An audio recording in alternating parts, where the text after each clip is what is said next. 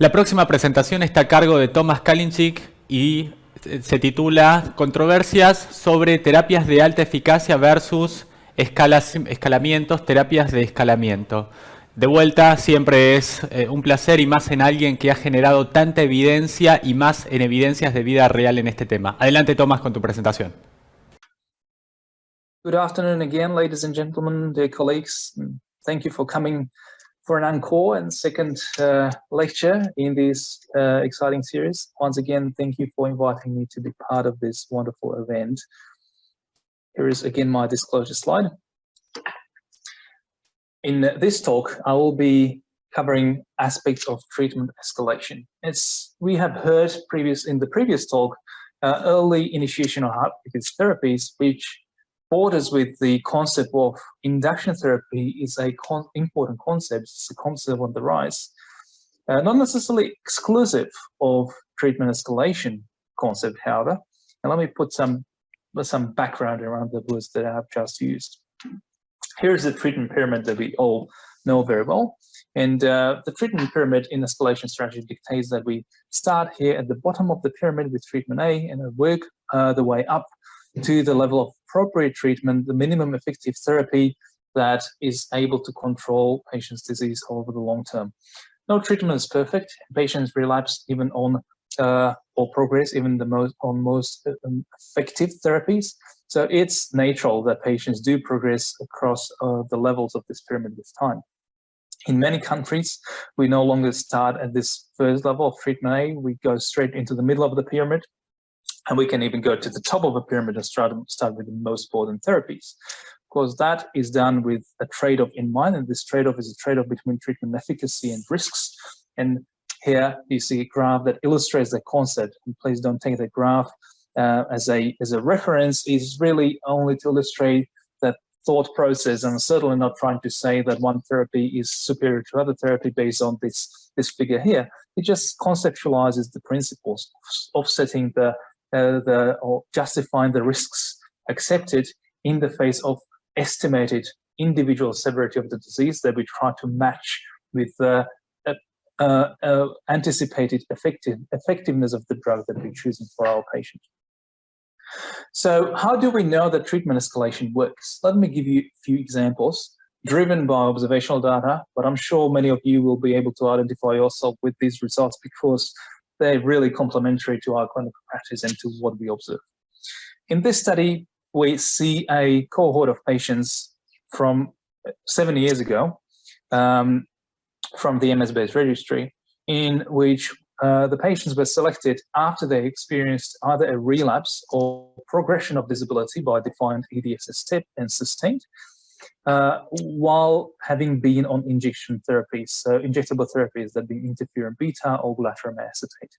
And these patients have, in that moment, either chosen to, or were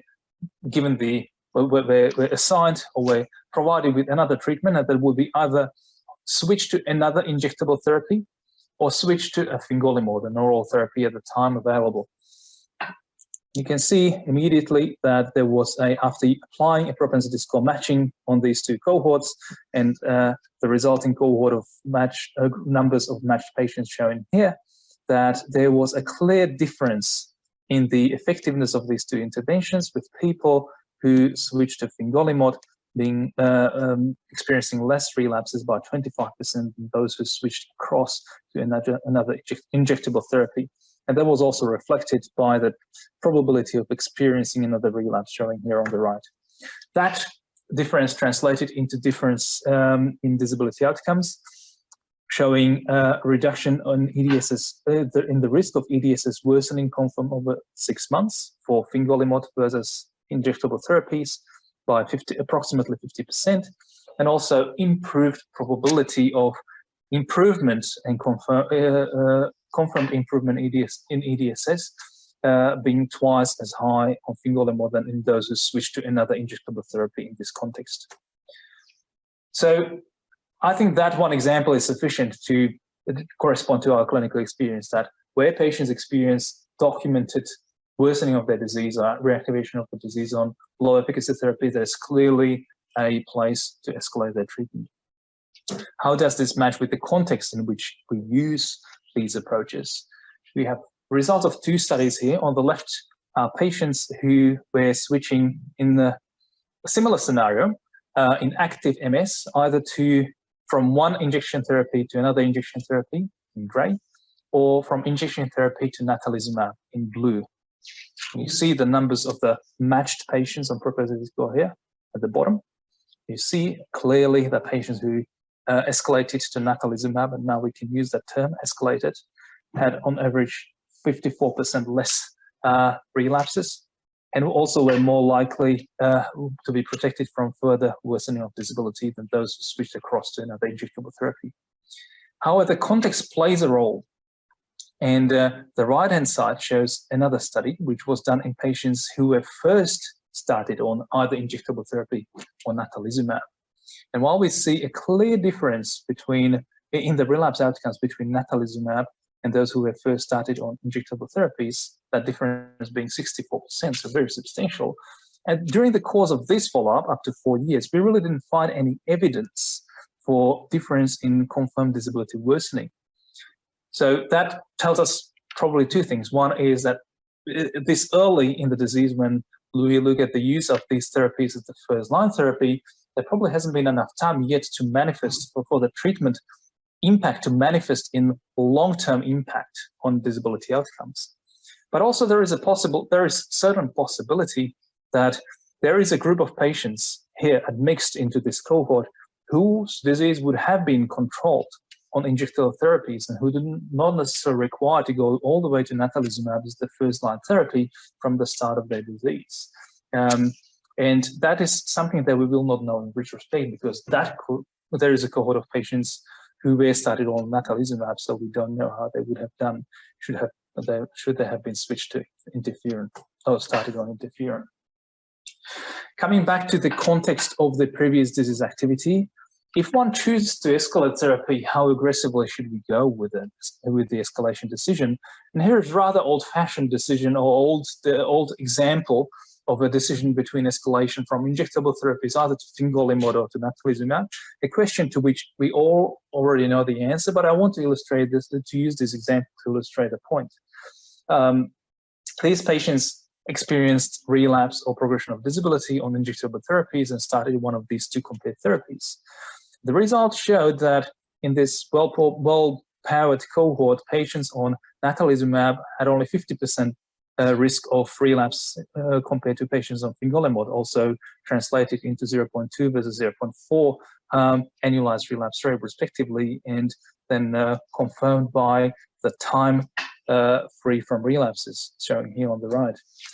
That didn't necessarily translate into difference in confirmed disability worsening, but did show that patients who escalated therapy to natalizumab were more likely to experience confirmed reduction of disability, 6-month confirmed reduction of disability, which is not surprising, because even in pivotal trials of natalizumab, we saw that up to 25% of patients who were randomized to natalizumab were experienced initial decline, initial drop in their EDSS scores, reflecting probably allowance for recovery from previously accrued disability.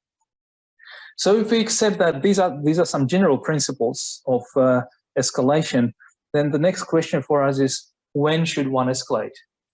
We know that time is an important factor in the treatment of MS, and this we know from few randomized controlled trials, such as here showing 2 examples, BENEFIT and CHAMS trials. These trials looked at initiation of lower efficacy therapies early in the disease versus later in the disease. And it showed that patients who commenced these therapies later in the disease, on average, had higher risk of experiencing relapses. Here, for example, expressed as CDMS, here we're talking about times of the older McDonald or even post-diagnostic criteria, and here expressed as the failure rate. So delay in the onset of therapy certainly does, in the start of therapy certainly does contribute to poor outcome, at least in the form of more pronounced relapse activity. However, how do these therapies that we commonly use how does their effectiveness change over time and in association with individual characteristics, whether clinical or demographic, of our patients. Here are results of a systematic review of literature, where 292 papers were identified and screened with 12 studies, randomized controlled trials being eligible. And the sort of trials that this study focused on were randomized controlled trials that either reported results of their subgroup analyses, or they reported results of extension arms of trials, where patients were first randomized into placebo and then switched in the extension open label arm into the active treatment arm. That means that part of the cohort would have been randomized to the study therapy from the start, whereas part of the cohort will catch up after 2 or 3 years of the treatment of the trial running. And here is a summary of the findings. I do apologize. The header seems to be covered by the Zoom panel. But what you can see here is the list of different trials and the active therapies and the nature of the analysis, whether we looked at the subgroup or the extension, open label extension of the trial. And here are particular subgroups of interest extracted from these data, such as, for example, patients who are sub-analysis in patients who are younger than 40 years of age, or below certain EDSs, and so on and so on. And here is a general trend in those associations. What we saw invariably is that patients who are younger, with lower disability or shorter after disease onset, or were not previously treated with any other therapies, were the ones who derived the most benefit from being exposed to the active treatment compared to placebo. Whereas in subgroups of patients who were older, with high disability, with multiple prior exposures to disease-modifying therapies, this relative benefit from the study therapy compared to placebo tended to diminish. Here we're talking about the outcome being annualized relapse rate. When we look at the disability outcomes, the study becomes less convincing.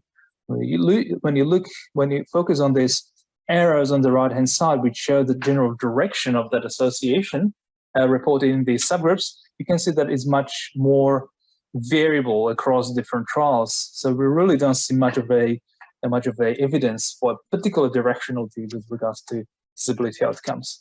And the same statement then applies to changes in MRI reported in these trials. So what we can conclude from the body of literature that was available in 2017 from randomized controlled trials is that disease-modifying therapies tend to be superior, not only high efficacy disease-modifying therapies, but any disease-modifying therapies, in suppressing relapses if they are used earlier in the disease, in relapse and remitting MS, or in people with lower disability, younger age, as opposed to the older age, high disability, longer disease duration. The evidence from randomized controlled trials with regards to the timing of the use of these DMTs on the disability outcomes or MRI was inconclusive. So what can we infer from what we see in terms of behavior in cohorts? And you would have seen this graph in my previous presentation, where I used it to highlight a certain hypothesis. Here I'm using it to highlight a certain demographic phenomenon, that relapse rate declines over time. Whether we look at time as age or disease duration, we see always the same pattern, that the group of patients with the highest disease activity is this group here at the beginning, either younger patients or patients early after their disease onset. And this is a concept that Dan Ontanida in his review a couple of years ago took into account to propose a design of a randomized controlled trial where he looked at the way that we use escalation of therapy and the possible mismatch that this escalation of therapy may lead to, where we start patients on lower efficacy therapies and we migrate through this increasing steps of disease potency. But what may happen as a consequence of this is that we create this gap where people at certain level, a certain stage of the disease may remain undertreated, whereas after a certain stage of the disease, they may remain overtreated. And that's why he proposed that we really focus on studying highly effective treatments used from the start of the disease. And I know I'm talking about here primarily about disease escalation. What I want to say is also that use of highly effective therapies, it doesn't necessarily in conflict with escalation, but one has to be, if the escalation is mandated, but one has to be really, really proactive and don't let people relapse or have MRI lesions while keeping them on low efficacy therapies. And the consequence of this approach, of this thinking, is highlighted in this study, where we have looked at a group of patients who in their lifetime, meaning within 6 years from the disease onset, all commenced one of the high efficacy therapies, which Anna here termed Roman, standing for rituximab, ocrelizumab, midostaurin, alemtuzumab, or natalizumab. So what these patients have in common is, according to their clinicians and regulatory rules, they have qualified for one of these therapies within 6 years. And then we stratified them into groups who started these therapies within 2 years, or between year 4 to 6 from the disease onset, leaving a nice convenient gap between the two to create a nice separation. And then what we followed after propensity score matching at the baseline was outcomes in this cohort after year 6. And what you see here, what you can appreciate, that we see a clear separation of disability scores between these two groups, between 0.5 almost to 1 EDSS step, which is really a substantial difference in EDSS. And importantly, this difference remains sustained over the subsequent 5 years. So really a meaningful clinical difference in the outcomes that was triggered simply not by the nature of the medication, but the timing of this medication early in the disease. And this is corroborated by the probability of disability accrual, which seems to be slightly higher early in the disease in the early starters, which is the treatment decision-driving phenomenon, but later the late starters overtake the early starters in terms of their probability of disability progression. Now, after 6 years, when all patients are treated, you see that the further hazard curves seem to run in parallel. So this gives us the message that if we think that a patient should qualify for high efficacy therapies, there is no point in hesitating. Start them now rather than 3 or 4 years later, by which time they would have accumulated disability. This principle applies to another hard endpoint, and that is conversion to secondary progressive MS. I know that secondary progressive MS can be highly individual from the clinician point of view, and different people use different definitions. Therefore, here we used a definition developed by Johannes Leuscheider with our group, which is a operationalized definition that is suitable for use in clinical registries. And we saw that in patients who commenced low efficacy therapies, showing in the graph on the left, or high efficacy therapies, here grouped as fingolimod, alemtuzumab, or natalizumab on the right-hand side. Simply the factor of the timing of the start of the therapy, whether they started one of their index therapy before 5 years from the disease onset or after 5 years from disease onset, was sufficient enough to delay the onset or the conversion to secondary progressive MS. And the magnitude of this difference was 23 and 24% respectively. So really a clinically meaningful and substantial difference in delay to secondary progressive MS simply by choosing to start one of these therapies earlier. There are presently 2 randomized clinical trials that are focusing on this very question, the timing of high efficacy therapy, treat MS and deliver MS, led by Dan and Tanida, and by ON RWE in the US and the UK. We are looking forward to seeing randomized evidence from these scenarios, for which the observational data have already provided multiple answers. The question is that based on this evidence that we have just seen, should we be really starting every patient in high efficacy therapy, or is there a more granular, finer clinical tool that helps us identify those patients who we should be primarily targeted for this high efficacy therapies? Here is a result that was produced by friend and colleague Charles Malpas using a highly selected cohort of patients who were followed from their disease onset, and in whom we applied a outcome definition of 6-month confirmed EDSS step 6 or greater reached within 10 months, which by consensus by many authors around the world is termed the aggressive disease. And Mark Titoret's group in Barcelona has used this definition and similar definitions in their own studies several times now. Where this analysis is unique is that we have looked at patients' characteristics during the first year from the disease onset. And based on these characteristics, we predicted how likely these patients are to reach the definition of aggressive MS, so EDS6 within 10 years. The result that you see here may seem slightly unusual in terms of presentation because this analysis is a Bayesian analysis, which is really an analysis in statistical terms, analysis that is really closer to human thinking, and particularly for prognostic analyses, is a beautiful approach because it allows you to break the group and really individualize your prediction with the posterior probabilities and uncertainty around that prediction. The variables that we have identified as being highly predictive of this aggressive disease form is patient age at onset, the presence of pyramidal signs, and high EDS step during the first year. To make this statement more concrete, we have dichotomized these predictors, so we based on reciprocal operation characteristics. Age greater than 35, EDS step 3 or greater, or presence versus absence of pyramidal signs. And what you can see here is that out of 1,000 patients who would qualify in terms of data completeness for this study, 6% of patients develop this aggressive disease form. So fortunately, that is not a large cohort, but also if we were using frequencies analysis, it would make any conclusive analysis more difficult because of the power available. However, the Bayesian analysis, we're able to make fairly firm statements based on these data. What you appreciate here is that 125 patients who fulfilled all three of these dichotomized criteria had a fairly high risk of reaching aggressive disease, 32% over the next 10 years. And that's relative risk 22 times higher, almost 23 times higher compared to the reference, which is 1,000 patients who didn't have any of these risks, didn't fulfill any of these risk criteria at the start of the disease. And you can see that there is a gradation in terms of the predicted severity of the disease across the different subgroups of patients stratified by the different combinations of these prognostic markers.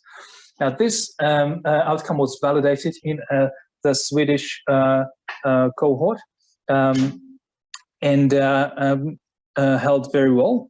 And importantly, this really allows us to step away from the group and even subgroup to the individual and provide some information to an individual.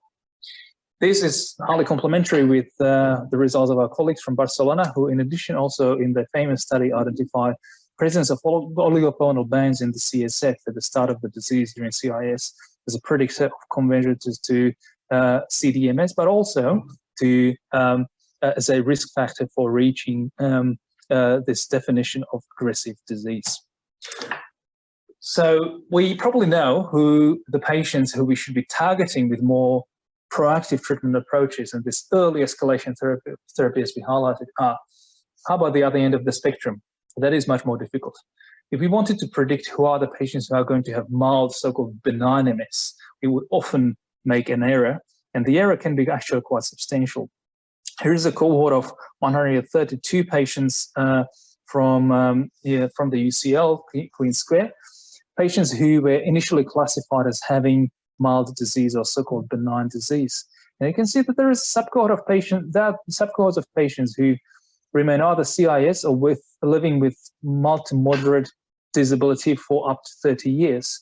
But that's not where the story ends. You see that there is still a substantial proportion of patients who reach SPMS or die as a result of their MS. So if we tried at this time point to predict who these patients with mild disease would be, we would make mistakes in number of these patients, and not treating these patients would be would have a significant impact on the quality of their life. So unfortunately, the decisions about who we can afford not to treat is not viable at the present time. So in summary, we can say the escalation of therapy is effective in suppressing activity of disease, but what we have to bear in mind is the timing. We have to be proactive, we have to escalate promptly, and maybe we don't need to start if our regulators allow us to at the bottom of the pyramid, but maybe we can choose a treatment, match it to the patient individual disease activity halfway through the pyramid or closer to the top of the pyramid, and then escalate from there. In patients who will need high efficacy therapy, we should give them the high efficacy therapy without hesitation. And on the other hand, we shouldn't really trust our intuition about who is going to have mild disease, because any patient's mild disease can become a severe disease at any time point. And probably from this point of view, at this stage, everyone should be treated.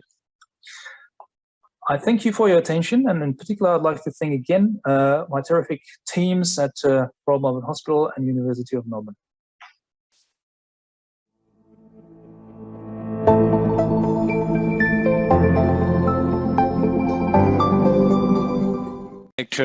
Thomas, I'd like to ask, because in clinical practice there is a debate in terms of to use high efficacy therapy in all patients, and since your clinical practice, I'd like to ask, what do you do? I mean, you go, because you present and you made many research in that line, and what do you do in your clinical practice? You go in all patients with high efficacy therapy, or there is a place for escalation in some patient? How do you deal with that situation? Yep, that's a very relevant question, and I will answer it with a disclaimer that, of course, I'm very much aware of the regulatory restrictions around the globe, which vary widely from country to country. In Australia, we're lucky because we do not have to justify our treatment decisions to regulators, and the regulators allow us to prescribe basically any disease-modifying therapy for any patient with relapsing remitting MS at any time, which has inadvertently led to essentially phasing out of low efficacy therapies, and now injectable therapies and teriflunomide are only used in a very select subgroup of populations by either people with very good long-term stability of their disease, or people with immune senescence, or other contraindications for more potent disease-modifying therapies. So we do actually start the treatment halfway through the pyramid at the level of moderate efficacy oral therapies, or often above. The decision is often between cladribine, natalizumab, or crolizumab, even as a first choice. Because there are several downsides of that decision. One is the cost. These therapies are more expensive. And the other is the potential long-term impacts. And we are only learning about what long-term B-cell depletion may mean for a patient. Of course, we know much more about the long-term VCAM1 inhibition and the deprivation of the brain of the immune system in natalizumab treatment patients, and we have become quite proficient in managing the risks of the JCV-driven PML. But these risks are not negligible. And fingolimod or S1P modulators is another category of drugs that over the long term may be associated with slight increase of other complications such as skin tumors and CI and cervical neoplasia in women, and so on and so on. So the cost, there is a cost to pay for this treatment decision, and my motto is always to have the patients on board.